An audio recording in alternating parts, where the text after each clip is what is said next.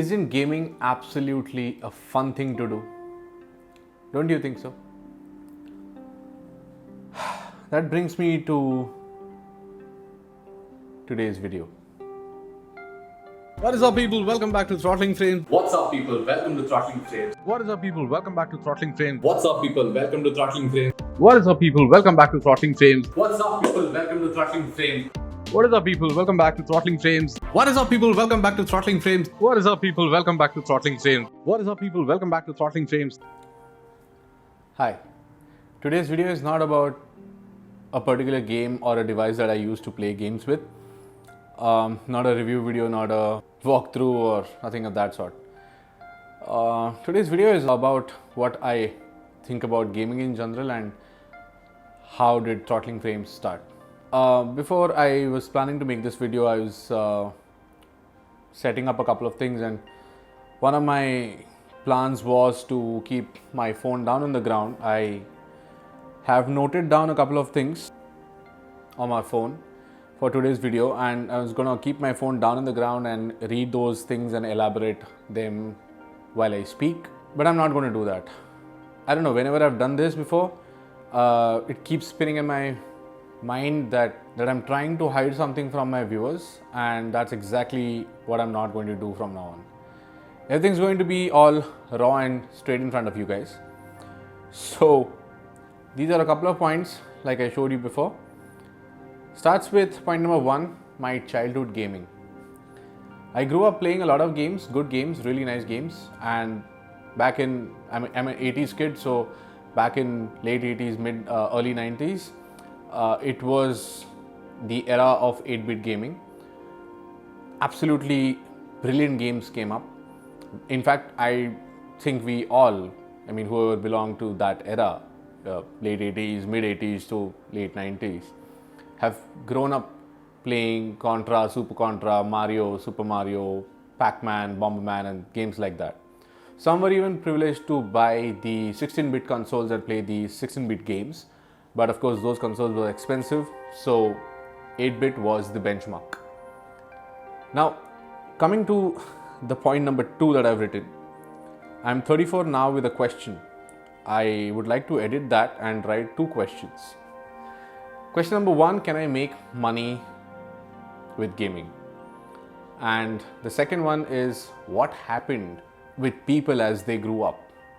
I do get a point that people do find better things and they like those things and get attracted towards them. Some like music, they go for music. Some like sports, they go for sports. I liked gaming and I really think that I can do a good job with all of this. So I'm 34 and proud enough to say that I still like gaming. There isn't a day in my life that goes without gaming. So yeah, I'm happy. It's simple. That's simple. I'm happy. Now, to answer my second question, what happened? People who've liked something else and went towards it, no complaints. But I do have one complaint. People who think gaming is bad, people who think gaming is taboo, again, what happened? From my point of view, for a brief period of time, gaming did not give anything in return. If you ask me, even I would want something in return if I am investing my time into it. And gaming did ask for a lot of time. Also, gaming was in a way addictive because, of course, it was more like role playing. Your mind would fool you into something like you are achieving something by defeating your enemy in games. That made people happy. People played more games, and that's how it got a little bit addictive. Now, any addiction is bad, tabooed. And since gaming did not give anything in return, I think it caught the wind. So I think that's what happened. That's how people just went away from gaming. Coming to my next point, started in 2017 and struggled. Talking about Throttling Frames, let's just talk about the name Throttling Frames. What is a good game? Or when do you enjoy a game? A game is basically a constant motion of very fast rendered frames. Throttling frames is basically extremely fast going frames, and that's exactly what gaming is all about. When you sit to play games like Valorant, CSGO, GTA 5 for that matter, any game for that matter, good FPS is always preferred than good quality. You might bring down your quality a little, you can scale down your resolution, you can scale down your anti-aliasing, you can scale down a lot of other things to make sure that you have good FPS. And that's exactly what gaming is all about. That is why Throttling Frames. So that is where the name came from, and that's how it became Throttling Frames Gaming. It's a good period of 5 years that I took to reach 621 subscribers. That's too slow, too slow. But like almost every YouTuber, young YouTuber, new beginner, even I started with the basic thought of earning money out of YouTube.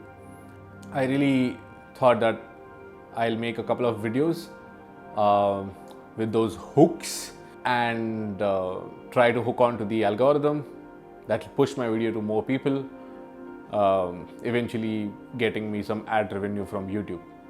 That definitely did not happen.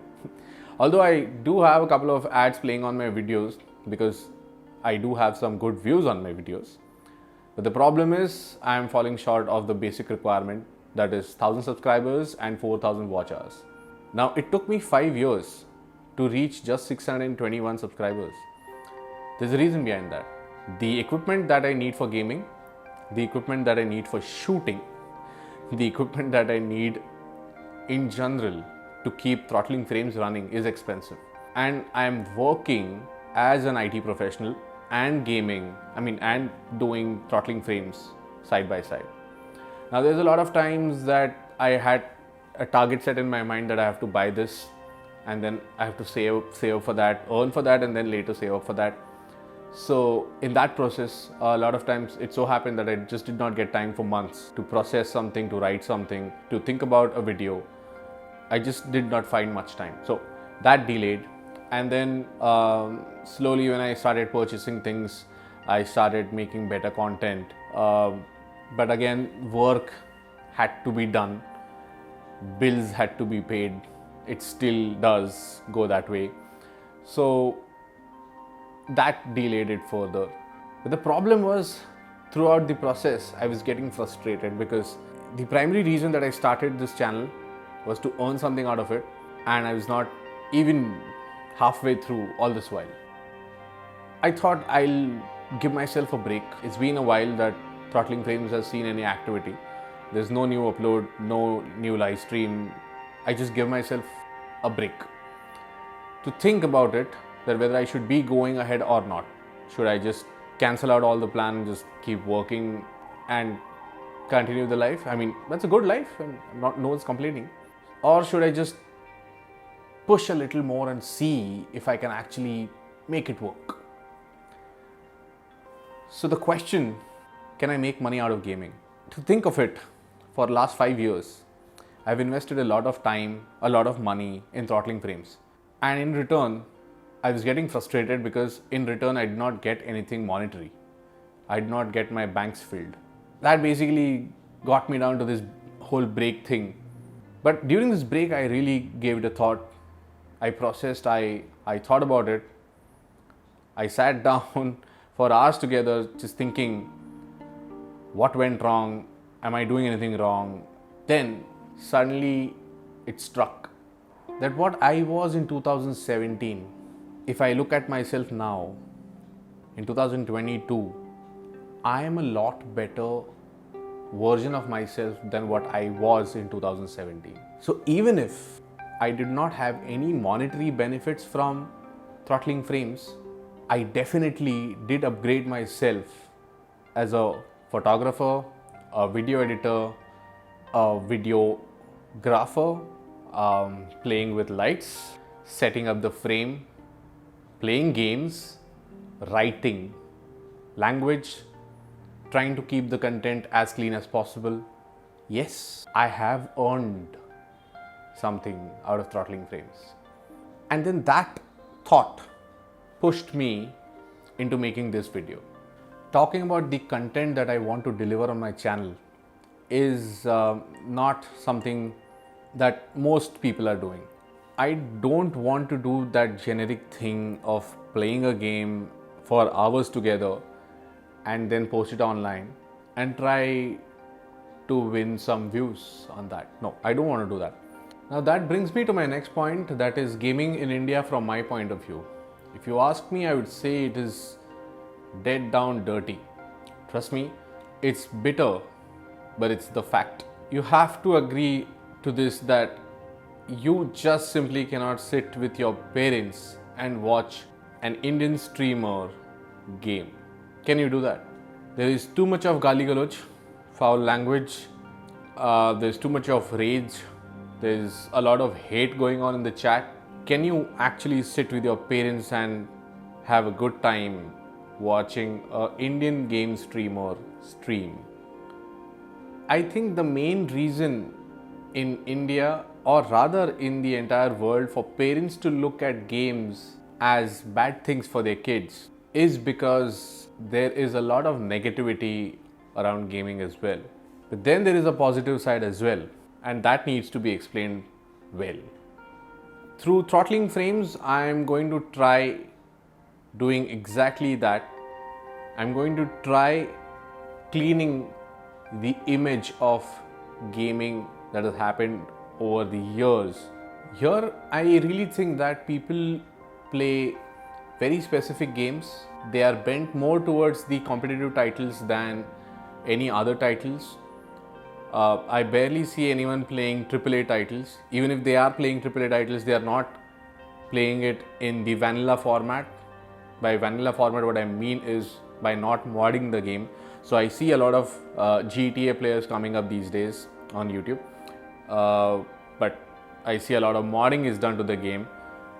And maybe because of that, the real essence of the original game is lost. Somewhere it's completely gone. I agree to the fact that it's been over 10 years to GTA 5. It's been about a decade, but the GTA 5, the original game, is still worthy enough to produce good content without modding the game. So I really feel that there is a lot of jugaad going on in this industry, and maybe because of that it's actually losing out on its image. What do you think, kids? Your parents aren't aware of what's going on the live streams that you watch? Of course they are. Of course they know about it. There's a lot of gali galoj, there's a lot of hate that is being spread, there's a lot of तेरे को मैं game के बाहर देखता हूँ sort of things. That's exactly what I am keeping myself away from. You would barely find a competitive game being played on my channel. I mean, yes, I do have a couple of Valorant videos, I do have a couple of CSGO videos, but I think that's it. I do play a lot of AAA titles. I do play a lot of RPG games. I do play a lot of strategy games. But the reason I started Throttling Frames, the primary reason, is to clean the image of gaming that has happened in India, especially in India, in fact. It's a very bad image, and not a lot of people are promoting their kids to go ahead and try to make a career around gaming, or rather in gaming. Now, talking about careers in gaming, if you want to do solo, I think there is, again, if you're good at gaming as such, you can enter competitive gaming and enter tournaments, win those tournaments and earn money. Apart from that, if you are good at sitting at one place and playing one game for hours together, you will eventually, if you're good at it, in fact, you will eventually gain some viewership, and that's how you become a streamer. Or else you can choose the harder way to do it, is what I feel, because I really think this is super difficult, all of this, that is making gaming videos. I mean, I'm not saying just play a game, cut it, edit it a little bit, and just put it online. No, I'm not talking about that. I'm talking about everything around gaming. Now, be it the products, be it the games themselves, be it the story behind them, the developers behind them, the opportunities that one can avail from these games. I mean, everything, like, A to Z, everything I want you to know about gaming. And I really want to clean the bad image of gaming in India because, like I said, we have a very specific path. As in, Indian gamers have a very specific path. They have a very specific way to look at games. Even if they are supportive of games, they have a very narrow thinking when it comes to games, is what I feel. Most of them will always hit the exact same road that millions are choosing to walk on or play on, the competitive titles. Now, competitive titles, India में cricket बहुत लोग खेलते हैं. सचिन तेंदुलकर एक ही बंदा है. Now you don't start with Virat Kohli and Hardik Pandya and so on. Just a metaphor. But like I said, that competitive games is not for everyone. Not necessarily you will shine through. Of course, if you give your entire life for it, if you give your time for it, if you give absolute mehnat for it, you will shine through. But then again, a lot comes from within, and I really think that for competitive gaming, it's required. That thing, that knack that comes within, that comes from within, is required. It's something that you cannot learn from anywhere else. It just needs to be there, like embedded in yourself. So, like I said, that competitive gaming is good, not bad. But are we looking at the bigger picture? Are we really looking at the bigger picture? Now, that brings me to my next point. My next point is, are we looking at the bigger picture? And in the bracket, I've written statistics. Now, what are these statistics that I'm talking about? Let's just quickly go to Google and I'm going to type gaming industry worth and just hit enter. Now, I'm going to go to the section where it says people also ask. I see a drop down saying, is gaming industry bigger than movie industry? Let's just open that drop down. I'm going to read this out to you people. Now, this is what I read back in 2017. I was shocked. I was literally shocked. Let me read it out to you. Is gaming industry bigger than movie industry? It has been $1 billion business for some time now. In 2020, the global gaming industry was set at $180 billion with almost a 20% increase in revenue. But what is even more surprising is the fact that the industry had more revenue than sports and even movies worldwide. Can you believe this? So gaming is bigger than sports and movies combined worldwide. Now, just think about the bigger picture. All of this money is coming into gaming, and it's been said that in next 3 to 4 years, it might hit the mark of 300 billion. 300 billion. Where is all this money going? And do you really have an opportunity to get a piece of that cake? Can you do that? That's exactly what my current point is all about. Are we looking at the bigger picture?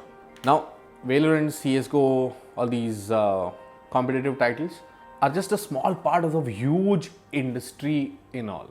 There are studios like Ubisoft, Activision, Microsoft Games, EA Games, and so on.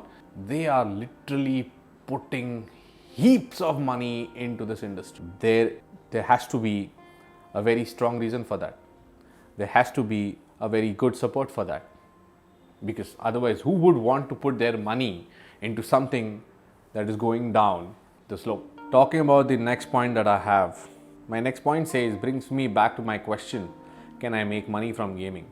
Like I said, if you want to make money from your gaming, you can either become the competitive gamer that I talked about, or the live streamer, or the game video maker like what I am.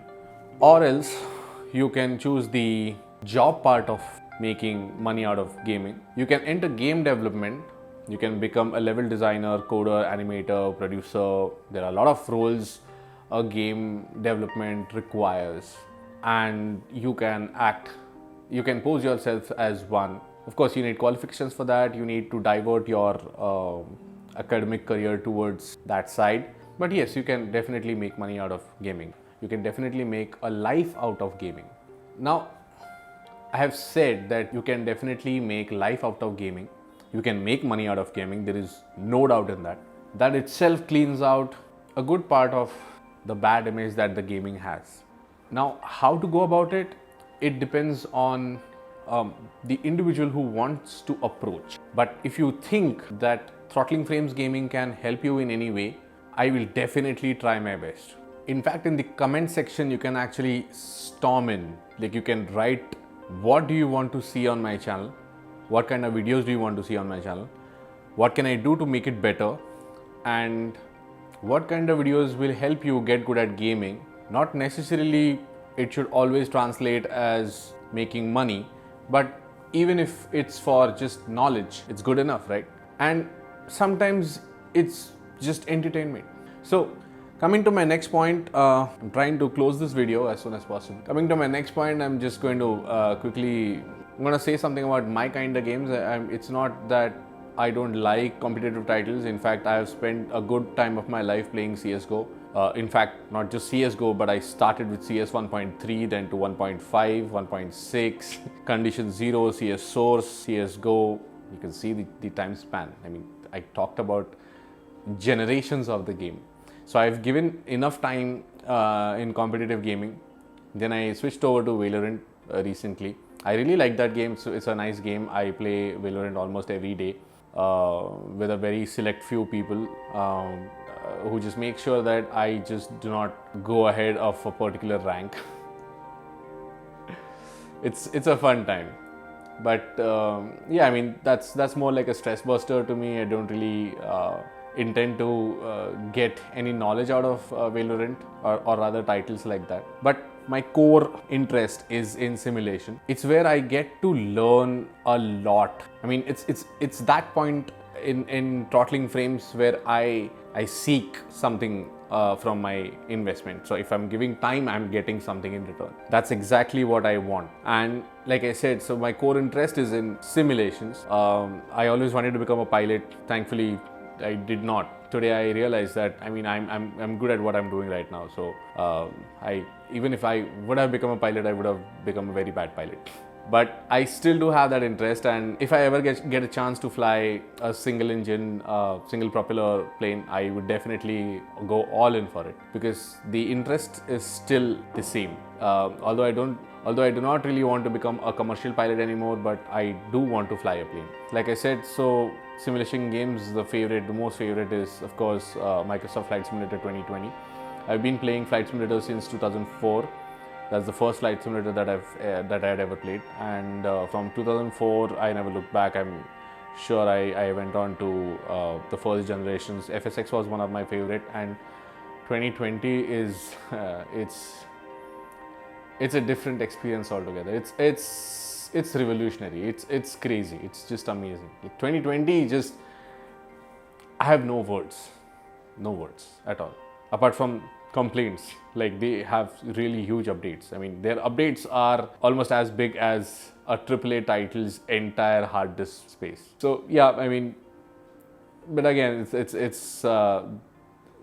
what Microsoft is delivering through those updates is something that just cancels off all my complaints, and I enjoy it right from my core.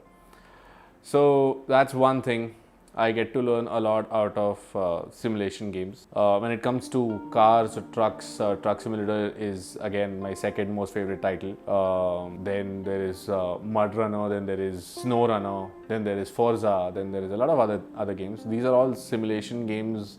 Forza is more like an arcade, but it's still, now with all the realism, it does come into simulation as well. And these are the games which I actually enjoy playing, because it's not keyboard and mouse anymore, it's not joystick anymore, it's the device. Like, I've actually invested a lot of money into these games. Why, I have no idea, but yeah, I have invested a lot of money into buying those steering wheels, the gear setup, the pedals, and for flight, I have those flight sticks, joysticks, flight controllers, and everything.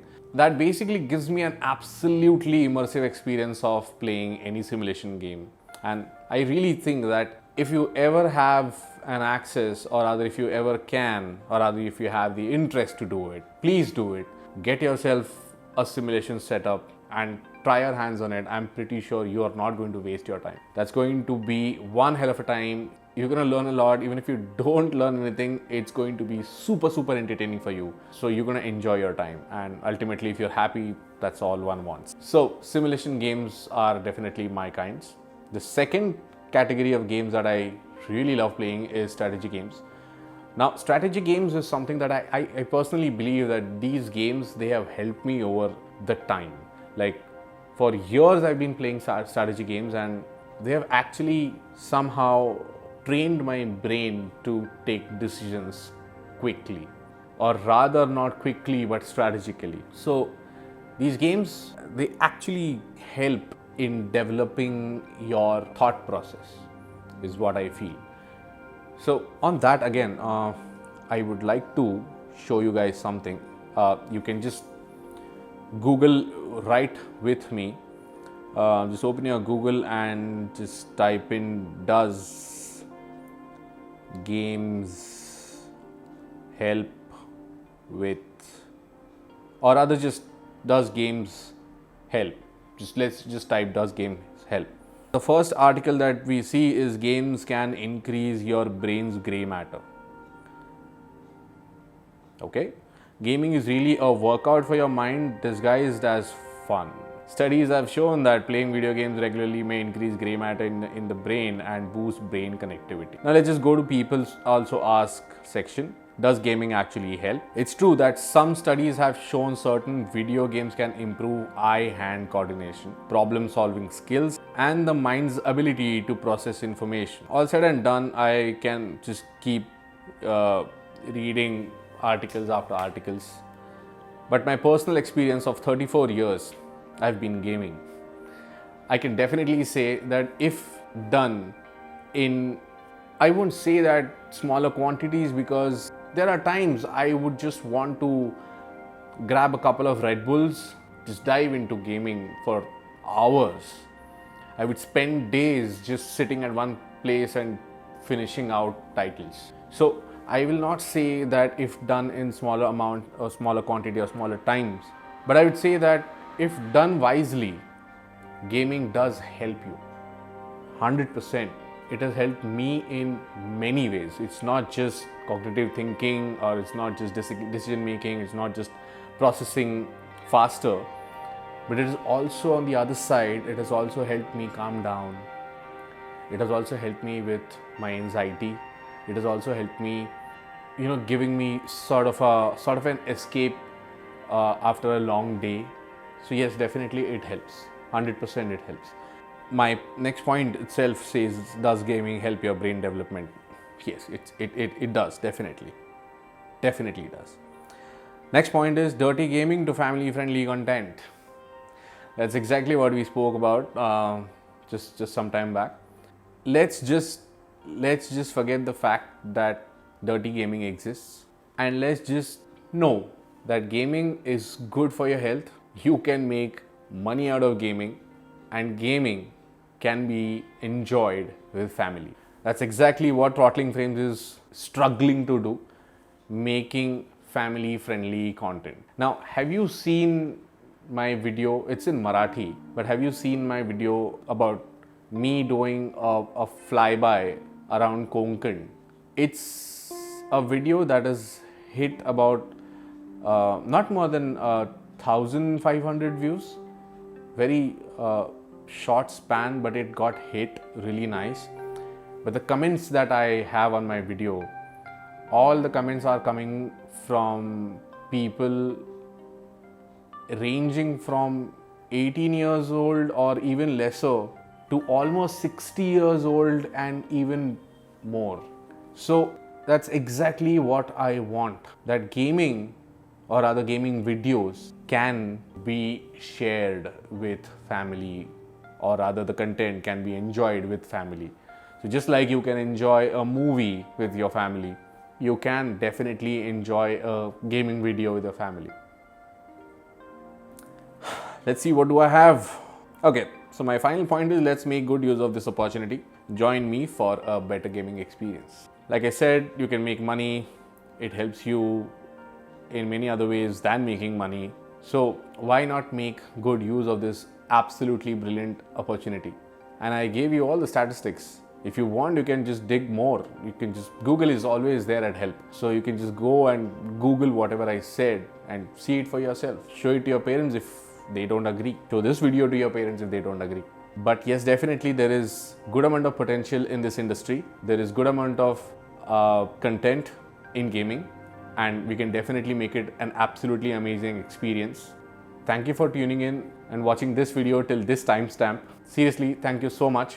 Let's make gaming a better place in India. I shall see you guys in the next video. Till then, bye-bye.